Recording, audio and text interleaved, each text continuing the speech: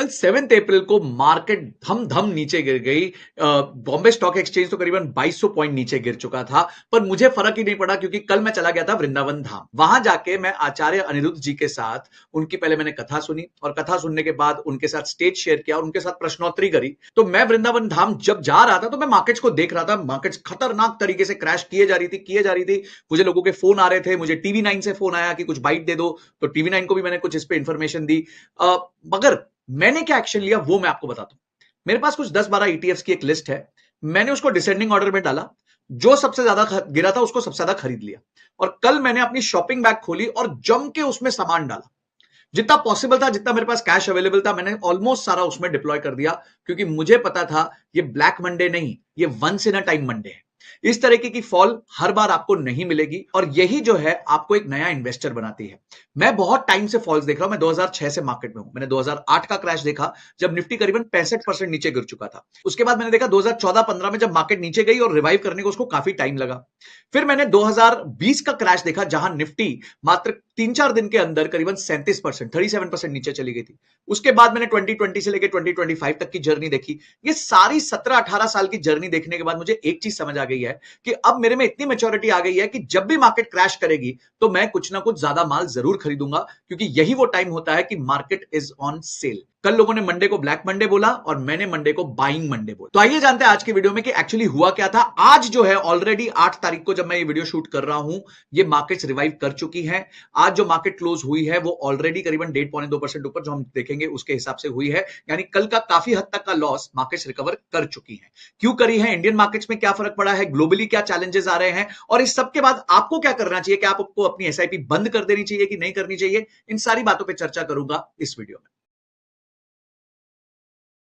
तो नमस्कार दोस्तों, मैं हूं संजय कथुरिया, सीएफए, आपका बिजनेस फाइनेंस और पैसिव इनकम कोच और फाउंडर प्रॉफिट्स फर्स्ट। आज लेके आया हूं विवरण, पहले ही मंगलवार को ही लेके आ गया, नहीं तो मैं जनरली सैटरडे को लेके आता हूं। क्यों? क्योंकि मैं जानता हूं कि 2 दिन में आपके यहां हाहाकार मच चुका होगा। एक दिन मार्केट क्रैश कर गई और एक दिन मार्केट ऊपर चढ़ गई। तो दोस्तों, मार्केट्स कैसे भी परफॉर्म करें, हमें अपने डिसिप्लिन के साथ अपना फाइनेंशियल प्लानिंग करते रहना है। आप लोगों में से काफी लोगों को फाइनेंशियल प्लानिंग के बारे में बिल्कुल नॉलेज नहीं है, इसलिए मैं आपके लिए कोर्स लेके आया हूं फाइनेंशियल प्लानिंग के ऊपर। इस कोर्स में मैंने आपको फाइनेंशियल मिथ्स क्या होते हैं उसको बस्ट किया है। उसके बाद बजटिंग कैसे करते हैं, रोजमर्रा का खर्चा कैसे मैनेज करते हैं, और उसके बाद अपनी नेटवर्थ कैसे कैलकुलेट करते हैं, कौन सी इंश्योरेंस लेनी चाहिए, हेल्थ इंश्योरेंस, लाइफ इंश्योरेंस कैसे लेनी चाहिए, किन चीजों का ध्यान रखना चाहिए, इन्वेस्टमेंट्स कैसे करनी चाहिए, long term, short term, mid term, इसके बारे में, और फाइनली टैक्स ऑप्टिमाइजेशन कैसे करते हैं। ये करीबन 4 घंटे का मॉड्यूल है। वैसे तो ये कोर्स करीबन 2000 का है, पर आज स्पेशली S499 कूपन लगा के आप इस कोर्स को खरीद सकते हैं 499 पे। लिंक डिस्क्रिप्शन में है और क्यूआर कोड स्कैन करके भी आप इस कोर्स को अवेल कर सकते हैं। बहुत सारे लोग ये कोर्स को अवेल कर चुके हैं और अपनी फाइनेंशियल प्लानिंग की जर्नी चालू कर चुके हैं। मैं चाहता हूं कि आप इसको मिस आउट ना करें, इसलिए आपके लिए एक स्पेशल कूपन कोड लेके आया। तो आइए वापस चलते हैं कि आज हुआ क्या बाजार में। बाजार में पिछले 2 दिन में क्या हुआ है, क्या न्यूज है, क्या फ्यूचर है, इंडिया के लिए क्या ग्रोथ साइंस है, सब चेक करते हैं। तो सबसे पहले हम चेक करते हैं मार्केट्स को। तो अगर आज हम देखें तो मार्केट करीबन 1089 पॉइंट्स ऊपर जा चुकी है। कल ये करीबन 2100 पॉइंट गिरी थी, यानी 1000 पॉइंट से ज्यादा तो ये रिकवरी ऑलरेडी ले चुकी है। अगर आप इस चार्ट को भी देखें तो इस चार्ट से आपको क्लियरली समझ आ जाता है कि जब उस दिन लास्ट में मार्केट बंद हुई फ्राइडे को और उसके बाद जब खुली और जब कल क्लोज हुई, तो ये करीबन 2271 पॉइंट्स जो है गिर चुकी थी, क्योंकि ये गैप डाउन क्लोजिंग हुई थी। पूरे दिन में अगर आप देखें तो 3900, ऑलमोस्ट 4000 पॉइंट नीचे गई थी, पर दिन के अंदर अंदर ही उसने करीबन 1800 पॉइंट की रिकवरी मार ली और आज तो उसने बहुत ही कमाल कर दिया। अगर आप उसका टॉप पॉइंट देखें तो टॉप पॉइंट के हिसाब से तो करीबन हम ऑलरेडी सिर्फ 400-500 पॉइंट नीचे रह गए थे सेंसेक्स में, अगर वो टॉप पॉइंट को रिटेन कर लेता, पर थोड़ा सा उसने करेक्ट किया अपने आप को। तो आज भी जो है हम पिछले क्लोज से, फ्राइडे की क्लोज से करीबन 1100 पॉइंट ही नीचे हैं, जो कि कल हम 2300 पॉइंट के आसपास नीचे हो चुके थे। तो ये क्यों हुआ, आज अचानक से क्या हुआ, मार्केट्स ग्रीन कैसे हो गई, ये आज समझने की कोशिश करते हैं। सेम चीज अगर हम देखें तो निफ्टी पे भी देख सकते हैं। कल निफ्टी करीबन 21800 के लेवल को टच करके आया था और आज आप देख सकते हैं कि निफ्टी करीबन 22500 पे वापस आ चुका है। ये बीच में वापस 24000 तक पहुंच चुका था, पर 1500 पॉइंट का करेक्शन ये कुछ दिनों में कर चुका है, क्योंकि हमें सबको पता था कि डोनाल्ड ट्रंप का टैरिफ जो है वो हमारे लिए एक खतरनाक न्यूज लेके आएगा। पिछला महीना था जहां निफ्टी ने करीबन 6% का पॉजिटिव रिटर्न दिया था, पर अगर आप इस महीने देखें तो वो करीबन 4%, 4.2% ऑलरेडी नीचे है। अब देखते हैं, महीना पूरा बचा है तो हमें समझ आएगा कि इस महीने में क्या होगा, पर अभी ये महीना ऑलरेडी नेगेटिव चल रहा है और एक ही कारण है, क्योंकि डोनाल्ड ट्रंप ने अपनी पॉलिसी बता दी है, ट्रंप ने टैरिफ लगा दिया है। आइए देखते हैं बाकी सेक्टर्स का क्या हाल है। तो अगर आज की आप न्यूज देखें तो निफ्टी 50 भी ऊपर है, निफ्टी बैंक भी ऊपर है, निफ्टी मिड कैप जो है काफी तेजी से भागा है, निफ्टी निफ्टी नेक्स्ट 50 यानी कि जो निफ्टी के बाद के 50 कंपनियां जो लार्ज कैप कंपनीज हैं, उसने भी बहुत अच्छा परफॉर्म किया है।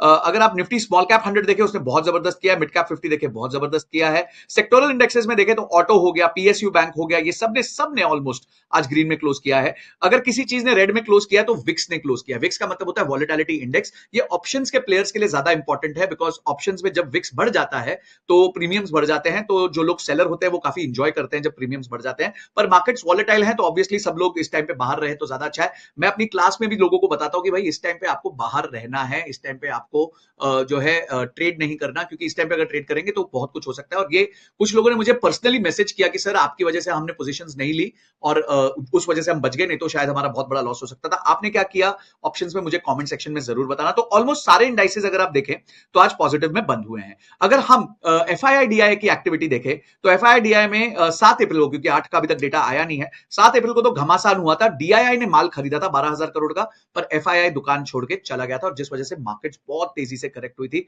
ग्लोबली मार्केट्स करेक्ट हुई जा रही थी, जापान भी गिर चुका था, बाकी सारे इंडेक्सेस गिर चुके थे, तो ऑटोमेटिकली इंडिया पे भी उसका इंपैक्ट आया था। पर इंडिया तो मतलब मेरे को लगता है कि इंडिया ना पुष्पा हो गया है, झुकेगा नहीं। देखिए मार्केट में क्या हुआ है और मार्केट के क्यों पॉजिटिव क्लोज हुआ है, उसके कुछ कारण है। सबसे पहला कारण ये था कि मार्केट्स बहुत तेजी से गिरी, तो काफी लोगों ने इसको एक बाइंग अपॉर्चुनिटी की तरह भी देखा है। जैसे मैंने बताया कि कल शाम को जब मार्केट क्लोज हो रही थी तो मैंने जम के शॉपिंग करी थी, बहुत सारी शॉपिंग करी। उसी तरीके से हो सकता है कुछ लोगों ने कल ना करी हो, आज बहुत सारी शॉपिंग करी हो, तो उस वजह से भी मार्केट्स जो है ऊपर गई हैं। अगर दूसरा हम कारण देखें तो बहुत इंटरेस्टिंग कारण है कि रुपी जो है वो डॉलर के अगेंस्ट काफी स्ट्रेंथन हुआ है। अब इतने बड़े फॉल के बाद भी रुपी सिर्फ 7 पैसा नीचे गिरा था डॉलर के अगेंस्ट, तो रुपी एक स्ट्रांग हो रहा है। रुपी के स्ट्रांग होने का कारण एक और बन के आ रहा है, वो है क्रूड ऑयल। तो अगर मैं क्रूड ऑयल के बारे में आपको न्यूज दूं तो आप ये अपने स्क्रीन पे देख सकते हैं कि crude oil prices could sink below $40। $40 से नीचे जा सकता है क्रूड ऑयल जो एक्सट्रीम कंडीशंस में, और अभी करीबन ये $68 है। आप ये याद रखिए, इंडिया जो है ना एक क्रूड इंपोर्टिंग नेशन है, यानी कि हम बाहर से क्रूड इंपोर्ट करते हैं, और जब हम कोई चीज इंपोर्ट करते हैं तो हमारे देश का फॉरेन एक्सचेंज जाता है, और उसकी वजह से हमारे यहाँ डेफिसिट क्रिएट हो जाता है। तो जितना क्रूड ऑयल सस्ता होगा उतना भारत देश के लिए जनरली बेटर होता है, क्योंकि हमारे को सस्ते में क्रूड मिलेगा, हमारा कम डॉलर जाएगा, उतने ही डॉलर में ज्यादा क्रूड हमारे पास आ जाएगा।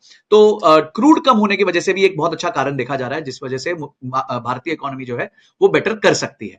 तीसरा, सारे इकोनॉमिस्ट ये कह रहे हैं कि अगर आप इमर्जिंग नेशंस को देखें, जैसे चाइना, ताइवान, ये सब जो पूरा इमर्जिंग नेशंस का हब है, वहां पे जो है इंडिया उन सबसे बेटर पोजीशन में इस टाइम पे है, और जिस वजह से इंडिया पे इन्वेस्टर्स का कॉन्फिडेंस है। यानी कि एक पर्टिकुलर लेवल से ज्यादा आप देख रहे हैं कि मार्केट टूटने नहीं दे रही, और वो लेवल करीबन 22,000 है। ठीक है, कल थोड़ा टेस्ट किया, 21,800 तक होके आया, बट वो 22,000 का जो लेवल है ना वो तोड़ने नहीं दे रहा है। वहां पे पुष्पा बन गए वापस, झुकेगा नहीं। लगता है मैंने पुष्पा बहुत बार देख लिया, मैं बार बार उसका रेफरेंस ले रहा हूं। आपको कौन सी मूवी पसंद है साउथ की, मेरे को जरूर बताना कमेंट बॉक्स में। बट इमर्जिंग मार्केट्स जो है वो अच्छी इंडिया में जो है इमर्जिंग मार्केट्स के सेक्शन में अच्छी दिख रही है, जिस वजह से एक पर्टिकुलर लेवल को ये बार बार नहीं तोड़ रहा है, और वो एक स्ट्रॉन्ग रेजिस्टेंस की तरह वहां पे 22,000 का लेवल बैठा हुआ है, खड़ा हुआ है। तो आइए और आगे समझते हैं। जो एक और अच्छी चीज हुई है कि देखिए इंडिया ना, मुझे ऐसा लगता है कि बहुत प्रोएक्टिव कंट्री हो चुका है।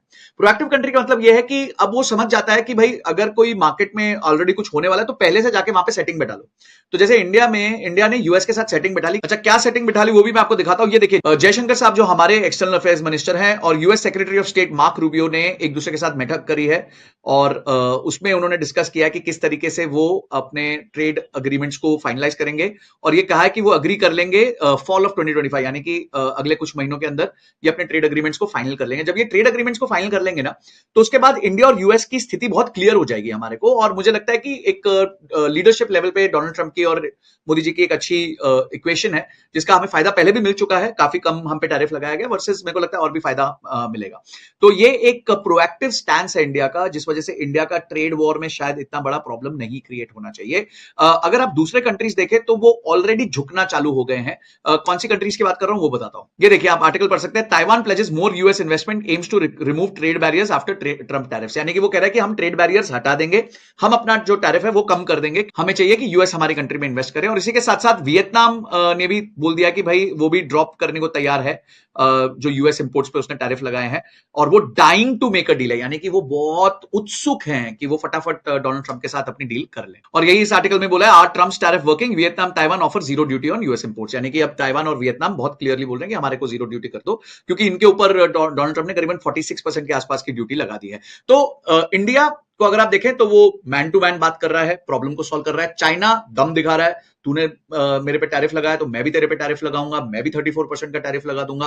तो वहां वहां वॉर है, क्योंकि वो भी अपने आप को श्रेष्ठ समझता है। इंडिया बहुत डिप्लोमेटिकली खेल रहा है और वियतनाम और छोटे नेशंस जो हैं वो कोशिश कर रहे हैं, अरे यार भाई साहब मान लो मेरी बात, मान लो, मैंने तो ऐसे ही बोला था, अभी प्लीज ठीक है मैं जीरो करने को तैयार हूं, and they are dying to make a deal, यानी कि वो डील करने को तैयार है। प्रशांत खेमका जो व्हाइट ओक कैपिटल के फाउंडर हैं, वो बहुत अच्छी बात कह रहे हैं। वो कह रहे हैं we could already be seeing a Trump bottom, यानी कि वही जो मैं बात कह रहा हूं कि 22,000 जो है ना वो ट्रम्प बॉटम लग रहा है, यानी कि जो इंपैक्ट आना था, जो मारा पीटी होनी थी, मोटा मोटी हो चुकी है। एक दिन का गिरावट थी जो गिर गई, मार्केट वापस राइज भी कर गई। जो लोग मेरे को कल फोन कर रहे थे सर हाय हाय हाय हाय, वो आज कह रहे हैं कि सर कौन सा मिड कैप ले लूं, कौन सा स्मॉल कैप ले लूं, कौन सा स्टॉक ले लूं।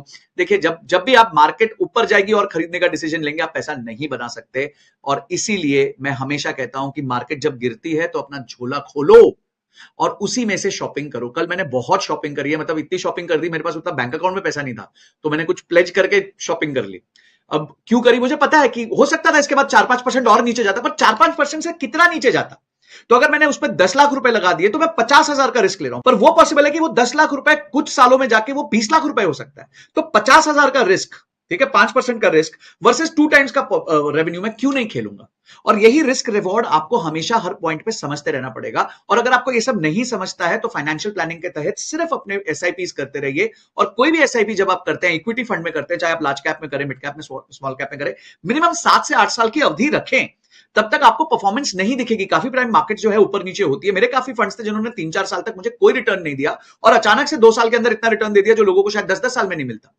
तो एफडी में जब आप 5-5, 10-10 साल वेट करने को तैयार हो तो थोड़ा स्टॉक मार्केट पे टाइम लगा लो यार, कोई प्रॉब्लम नहीं है। हाँ, अगर आप डेस्परेट हो गए, आपको 2 साल में पैसा चाहिए और आपने स्मॉल कैप में डाल दिया, तो फिर भगवान आपका मालिक है भाई, आपका कुछ नहीं हो सकता। अगर आप चाहते हो कि मैं डिटेल में बताऊं कि कौन सी एज वाले को कितना पैसा कौन से फंड में डालना चाहिए, किस गोल के हिसाब से, तो नीचे आप प्लानिंग लिख दो, मैं आपके लिए उसके ऊपर डिटेल वीडियो बनाऊंगा। 5,000 कमेंट्स चाहिए, उससे नीचे काम नहीं चलेगा। वीडियो को शेयर करना बहुत जरूरी है। इतनी अच्छी इंफॉर्मेशन बैठ के आपके लिए कंपाइल करता हूं, डिस्कस करता हूं, समझाता हूं, ताकि आपका कन्विक्शन बना रहे। बहुत सारे लोग वैसे कमेंट करते हैं मुझे कि सर आपके बोलने के बाद कन्विक्शन बनाए, पर मैं चाहता हूं ये मैसेज और ज्यादा से ज्यादा लोगों तक पहुंचाइए। चैनल को सब्सक्राइब नहीं किया तो कर दो यार, 22% लोगों ने अभी तक सब्सक्राइब किया, बाकी लोग क्यों नहीं करते मेरे को समझ नहीं आ रहा। चलो फटाफट करो। तो दोस्तों फाइनल है, इंडिया का स्टैंड आपको समझ आ गया है, इंडिया की स्ट्रेंथ आपको समझ आ गई है यूएस के कंपैरिजन में।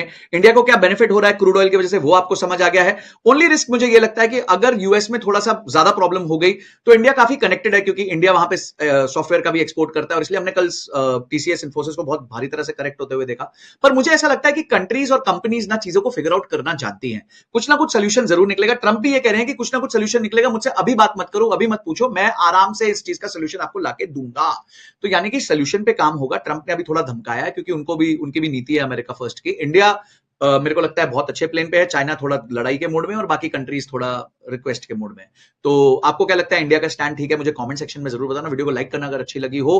फाइनेंशियल प्लानिंग का अगर अभी तक कोर्स नहीं लिया तो फटाफट डिस्क्रिप्शन में जाइए और कोर्स अवेल कीजिए। क्यूआर कोड है, उसको भी स्कैन करके आप कर सकते हैं। अपनी जर्नी स्टार्ट करिए फाइनेंशियल प्लानिंग की, लर्निंग पे इन्वेस्ट जरूर कीजिए, ताकि आपकी भी ग्रोथ होती रहे। इन वीडियोस को देख के आपको कैसा लगता है मुझे कमेंट सेक्शन में बताना, ताकि मेरा कॉन्फिडेंस बढ़ा रहे और मैं और वीडियोस इस तरीके के लेके आऊं। और किस टॉपिक पे वीडियो बनाऊं, कौन से तरह के फंड्स के बारे में आप जानना चाहते हैं, मोमेंटम फंड्स के बारे में जानना चाहते हैं, मोमेंटम लिख दो, क्योंकि काफी लोग मुझसे रिक्वेस्ट कर रहे हैं, तो उसके बारे में अलग वीडियो सीरीज में बना दूंगा। और मैं बहुत जल्द आपके लिए एक म्यूचुअल फंड और ईटीएफ पे मास्टर क्लास लेके आने वाला हूं। आप भी चाहते हो मैं मास्टर क्लास लेके आऊं तो एमएफ ईटीएफ लिख दो कमेंट सेक्शन में, मैं समझ जाऊंगा। प्लेलिस्ट जरूर देखना, बहुत सारी चीजें ऑलरेडी सिखा चुका हूं और सिखाता रह रहा हूं। तो अगली वीडियो तक जय हिंद, जय भारत।